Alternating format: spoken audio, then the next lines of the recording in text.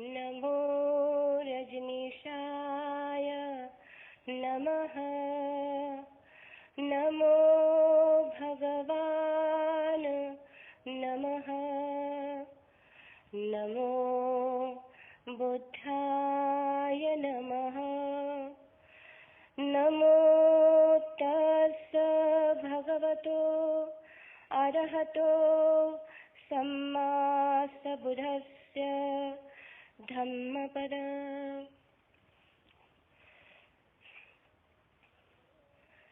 मनोपुबंगमा धम्मा मनोसेठा मनोमया मनसा चेपदुत्थेन भासति वा करोति वा ततोऽनं दुःखमन्वेति चक्रं वहतो पदम्। मनोपुगम्बा धम्मा मनोसेठा मनोमया मनसा चेपसेनेन भासति वा करोति वा ततोऽन्नं सुखं न वेति छायाव अनपायनी।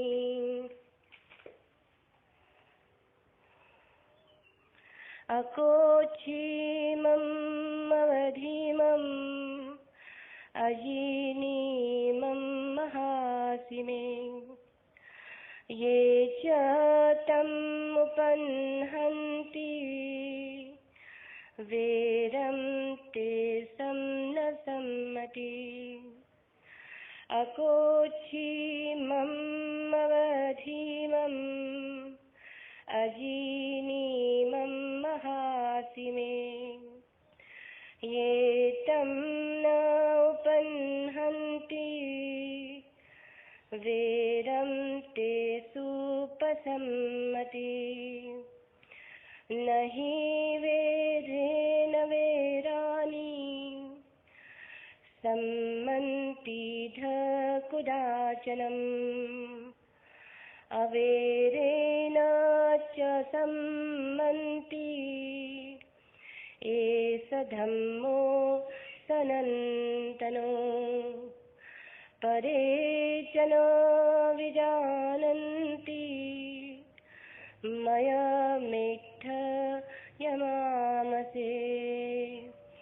ये च तथा विजानन्ति ततो सम्मन्ति मेधगा।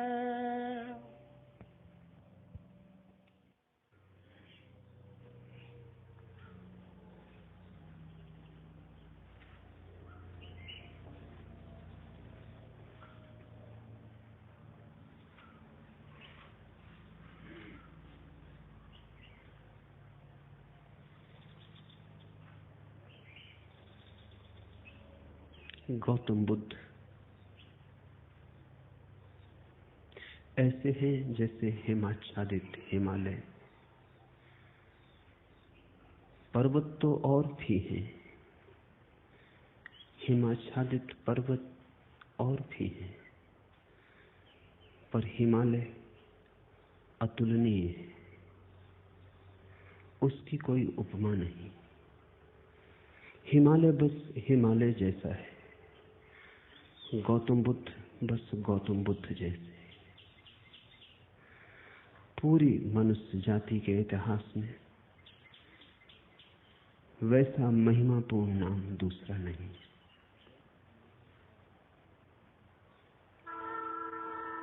गौतम बुद्ध ने जितने हृदयों की वीणा को बजाया है उतना किसी और ने नहीं। गौतम बुद्ध के माध्यम से जितने लोग जागे और जितने लोगों ने परम भगवत्ता उपलब्ध की है उतनी किसी और के माध्यम से नहीं। गौतम बुद्ध की वाणी अनूठी है और विशेषकर उन्हें जो सोच विचार, चिंतन मनन, विमर्श के आदी हैं।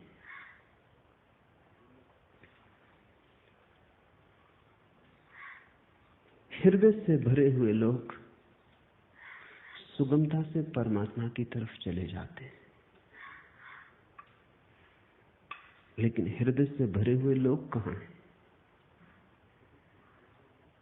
और हृदय से भरने का कोई उपाय भी तो नहीं है। हो तो हो, न हो तो न हो। ऐसी आकस्मिक नैसर्गिक बात पर निर्भर नहीं रहा जा सकता।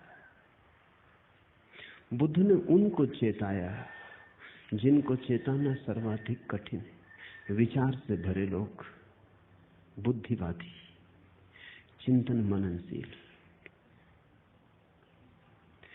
प्रेम और भाव से भरे लोग तो परमात्मा की तरफ सरलता से झुक जाते हैं। उन्हें झुकाना नहीं पड़ता। उनसे कोई ना भी कहे तो भी वे पहुंच जाते हैं, उन्हें पहुंचाना नहीं पड़ता। लेकिन वे तो बहुत थोड़े हैं और उनकी संख्या रोज थोड़ी होती गई है। उंगलियों पर गिने जा सके ऐसे लोग हैं। मनुष्य का विकास मस्तिष्क की तरफ हुआ है। मनुष्य मस्तिष्क से भरा है। इसलिए जहां जीसस हार जाए, जहां कृष्ण की पकड़ न बैठे, वहां भी बुद्ध नहीं हारते। वहां भी बुद्ध प्राणों की अंतरतम में पहुंच जाते। बुद्ध का धर्म बुद्धि का धर्म कहा गया है। बुद्धि पर उसका आदि तो है, अंत नहीं। शुरुआत बुद्धि से है, प्रारंभ बुद्धि से है, क्योंकि मनुष्य वहां खड़ा है। लेकिन अंत उसका बुद्धि में नहीं। अंत तो परम अतिक्रमण है, जहां सब विचार खो जाते, सब बुद्धिमत्ता विसर्जित हो जाती, जहां केवल साक्षी, मात्र साक्षी शेष रह जाता है। लेकिन बुद्ध का प्रभाव उन लोगों में तत्क्षण अनुभव होता है जो सोच विचार में कुशल है। बुद्ध के साथ मनुष्य जाति का एक नया अध्याय शुरू हुआ। 25 वर्ष पहले बुद्ध ने वह कहा जो आज भी सार्थक मालूम पड़ेगा और जो आने वाली सदियों तक सार्थक रहेगा।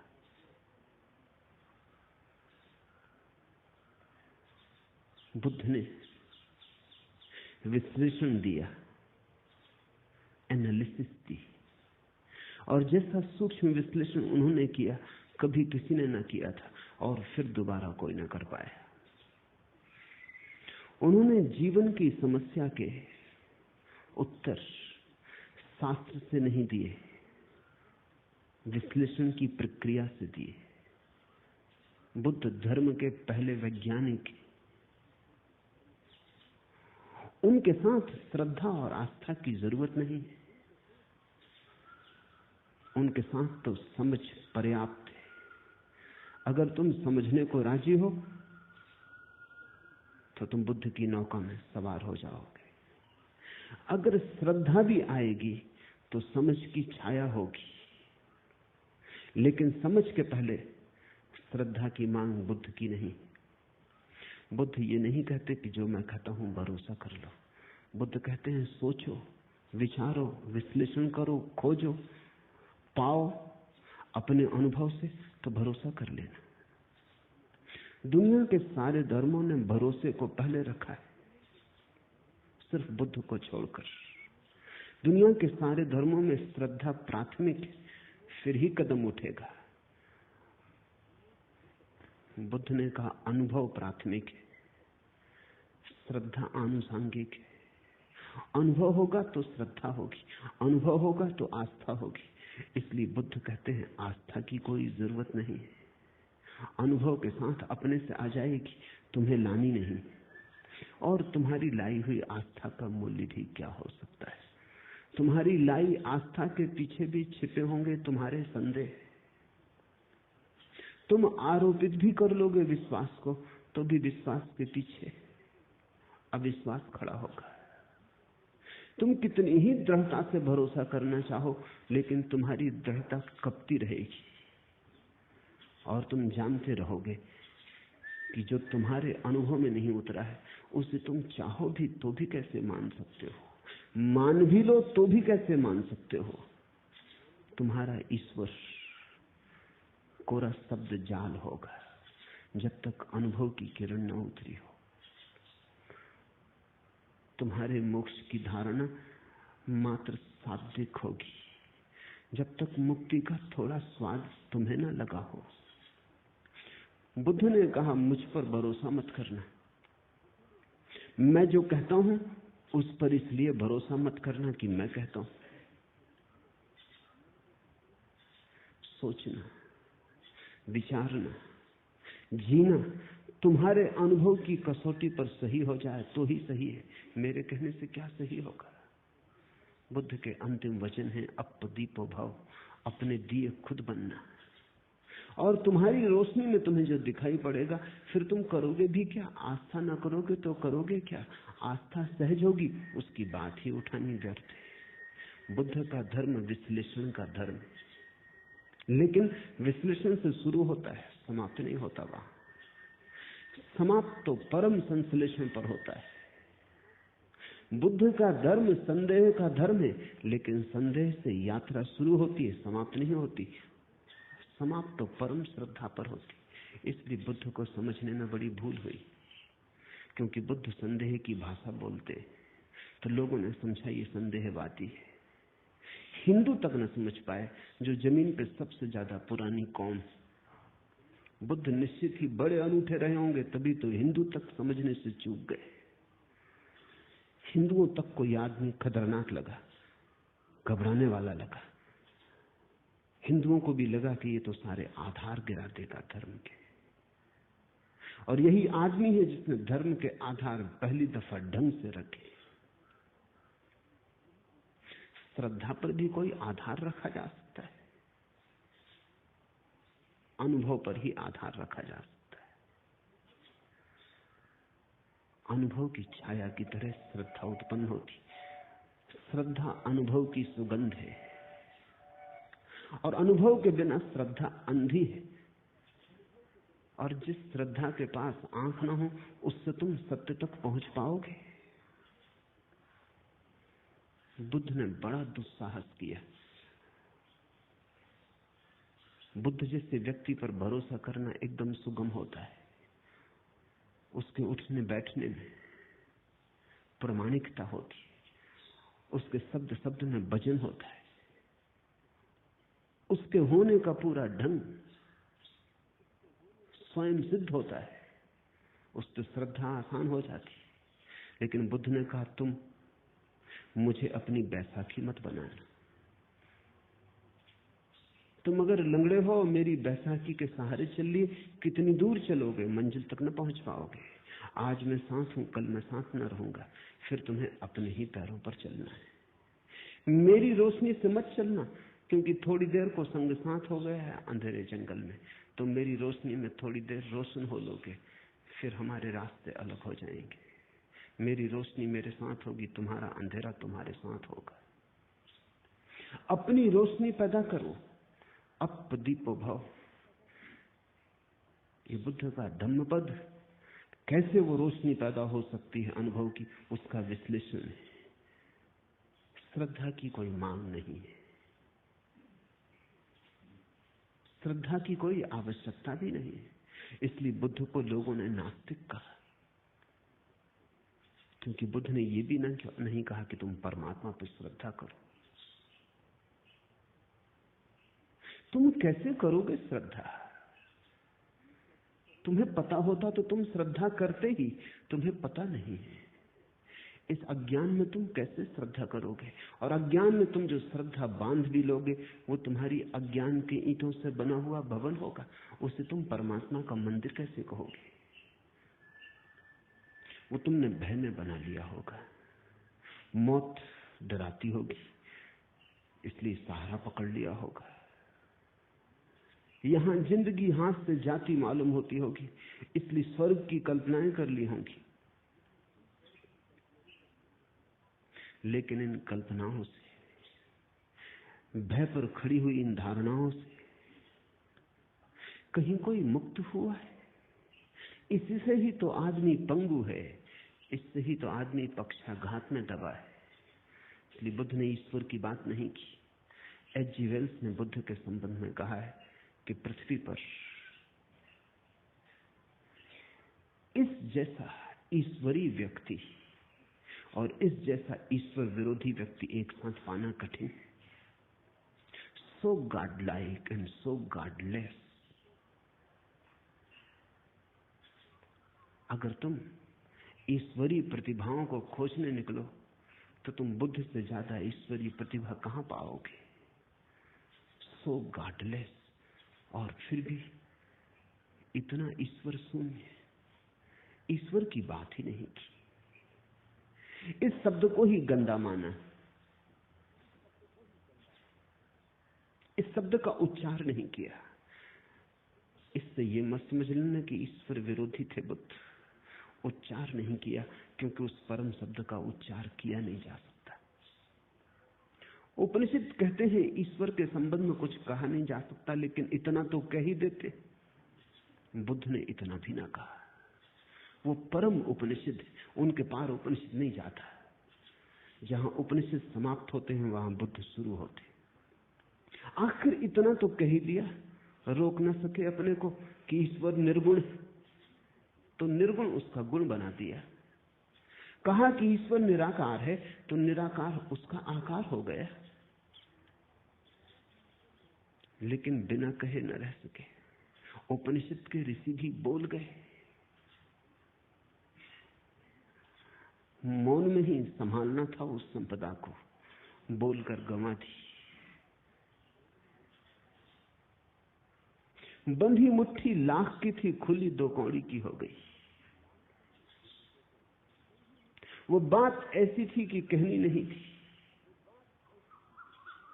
क्योंकि तुम जो कुछ भी कहोगे वो गलत होगा। ये कहना भी कि परमात्मा निराकार है गलत है, क्योंकि निराकार भी एक धारणा है। वो भी आकार से ही जुड़ी है।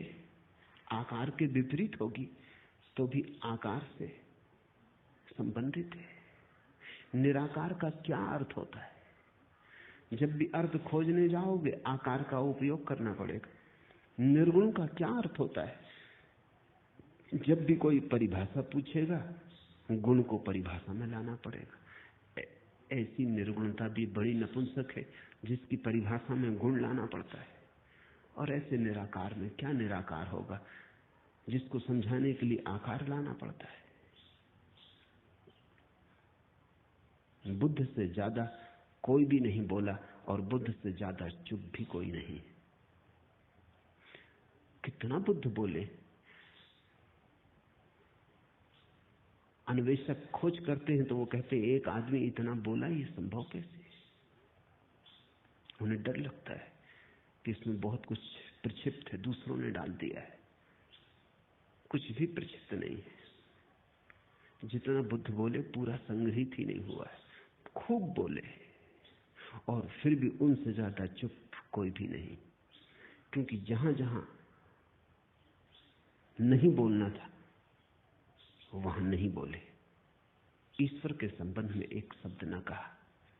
इस खतरे को भी मोल लिया कि लोग नास्तिक समझेंगे, और आज तक लोग नास्तिक समझे जा रहे हैं। और इससे बड़ा कोई आस्तिक कभी हुआ नहीं। बुद्ध महाआस्तिक है। अगर परमात्मा के संबंध में कुछ कहना संभव नहीं है तो फिर बुद्ध ने ही कुछ कहा, चुप रह के इशारा किया।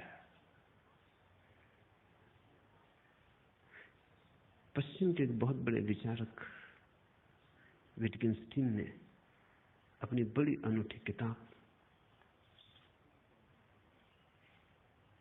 ट्रैक्टेटस में लिखा है कि जिस संबंध में कुछ कहा ना जा सके उस संबंध में बिल्कुल चुप रह जाना उचित है।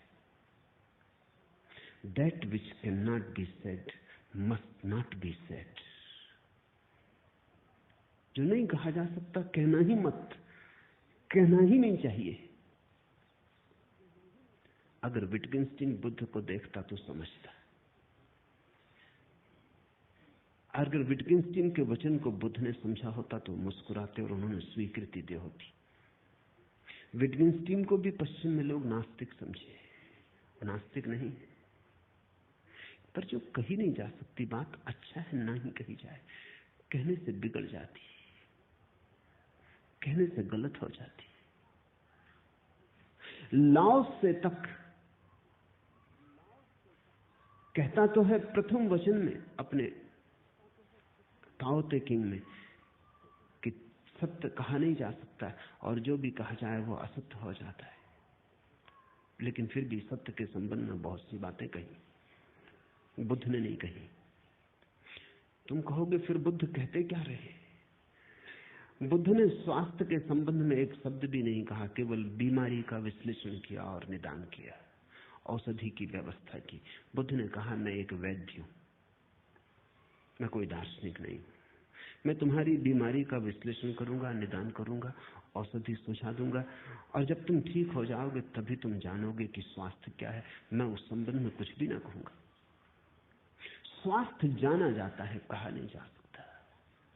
बीमारी मिटाई जा सकती है, बीमारी समझाई जा सकती है, बीमारी बनाई जा सकती है, बीमारी का इलाज हो सकता है, सही हो सकता है, गलत हो सकता है, बीमारी के साथ बहुत कुछ हो सकता है। स्वास्थ्य, जब बीमारी नहीं होती तब जो शेष रह जाता है वही, उस तरफ केवल इशारे हो सकते हैं, मौन इंगित हो सकते हैं, वे भी प्रत्यक्ष नहीं, बड़े परोक्ष। बुद्ध के धर्म को शून्यवादी कहा गया है। शून्यवादी उनका धर्म है, लेकिन इससे ये मत समझ लेना कि शून्य पर उनकी बात पूरी हो जाती, नहीं, बस शुरू होती। बुद्ध एक ऐसे उत्तुंग शिखर है जिसका आखिरी शिखर हमें दिखाई नहीं पड़ता। बस थोड़ी दूर तक हमारी आंखें जाती, हमारी आंखों की सीमा है। थोड़ी दूर तक हमारी गर्दन उठती है, हमारी गर्दन के झुकने की सामर्थ्य है। और बुद्ध खोते चले जाते हैं दूर, हिमाच्छादित शिखर है, बादलों के पास।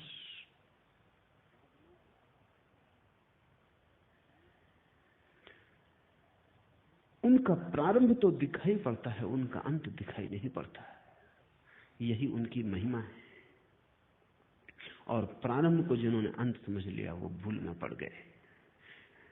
प्रारंभ से शुरू करना, लेकिन जैसे जैसे तुम शिखर पर उठने लगोगे और आगे दिखाई पड़ने लगा, और आगे दिखाई पड़ने लगेगा। बहुत लोग बोले, बहुत लोगों ने मनुष्य के रोग का विश्लेषण किया है, लेकिन ऐसा सचोट नहीं।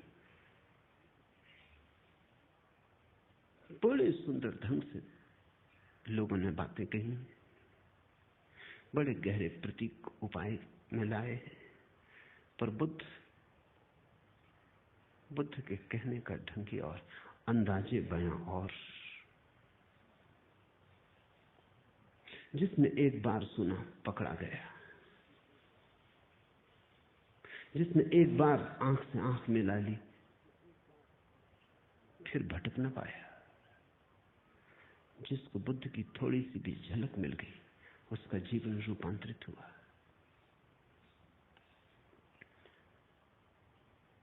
आज से 2500 वर्ष पूर्व जिस दिन बुद्ध का जन्म हुआ, घर में उत्सव मनाया जाता था। सम्राट के घर बेटा पैदा हुआ था, पूरी राजधानी सजी थी, रात भर लोगों ने दिए जलाए, नाचे, उत्सव का क्षण था। बूढ़े सम्राट के घर बेटा पैदा हुआ था, बड़े दिन की प्रतीक्षा पूरी हुई थी, बड़ी पुरानी अभिलाषा थी पूरे राज्य की। मालिक बूढ़ा होता जाता था और नए मालिक की कोई खबर न थी, इसलिए बुद्ध को सिद्धार्थ नाम दिया। सिद्धार्थ का अर्थ होता है अभिलाषा का पूरा हो जाना। पहले ही दिन जब द्वार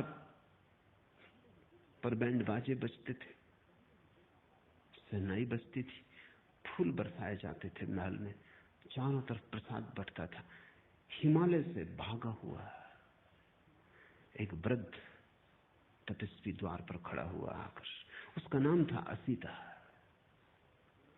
सम्राट भी उसे सम्मान करता था और कभी असीता राजधानी नहीं आया था। जब कभी जाना था तो शुद्धोधन को, सम्राट को स्वयं उसके दर्शन करने जाना होता था। ऐसे बचपन के साथी थे। फिर शुद्धोधन सम्राट हो गया, बाजार की दुनिया में उलझ गया, असीता महातपस्वी हो गया, उसकी ख्याति दूर दिगंत तक फैल गई। असीता को द्वार पर आए देखकर शुद्धोधन ने कहा, आप और यहाँ क्या हुआ, कैसे आना हुआ, कोई मुसीबत है, कोई अड़चन है? कहे असीता ने कही, नहीं कोई मुसीबत नहीं, कोई अड़चन, तुम्हारे घर बेटा पैदा हुआ, उसके दर्शन को आया हूं। शुद्धोधन तो समझ ना पाया। सौभाग्य की घड़ी थी ये कि असीता जैसा तपस्वी और बेटे के दर्शन को आया। भागा गया अंतःगृह में, नवजात शिशु को लेकर बाहर आ गया। असीता झुका और उसने शिशु के चरणों में सिर रख दिए और कहते हैं शिशु ने अपने पैर उसकी जटाओं में उलझा दिए। फिर तब से आदमी की जटाओं में बुद्ध के पैर उलझे, फिर आदमी छुटकारा नहीं पा सका। और असीता हंसने लगा और रोने भी लगा। और शुद्धोधन ने पूछा कि शुभ घड़ी में आप रोते क्यों हैं? असीता ने कहा, ये तुम्हारे घर जो बेटा पैदा हुआ है, ये कोई साधारण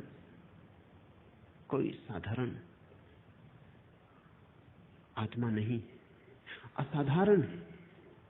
कई सदियां बीत जाती, ये तुम्हारे लिए ही सिद्धार्थ नहीं है, ये अनंत अनंत लोगों के लिए सिद्धार्थ है। अनेकों की अभिलाषाएं इससे पूरी होंगी। हंसता हूं कि इसके दर्शन मिल गए, हंसता हूं, प्रसन्न हूं कि इसने मुझ बूढ़े की जटाओं में अपने पैर उलझा दिए। ये सौभाग्य का क्षण है। रोता इसलिए हूं कि जब ये कली खिलेगी, फूल बनेगी, जब दिग दिगंत में इसकी सुवास उठेगी और इसकी सुवास की छाया में करोड़ों लोग राहत लेंगे, तब मैं न रहूंगा। ये मेरा शरीर छूटने के करीब आ गया। और एक बड़ी अनूठी बात असीता ने कही, वो ये कि अब तक आवागमन से छूटने की आकांक्षा थी, वो पूरी भी हो गई।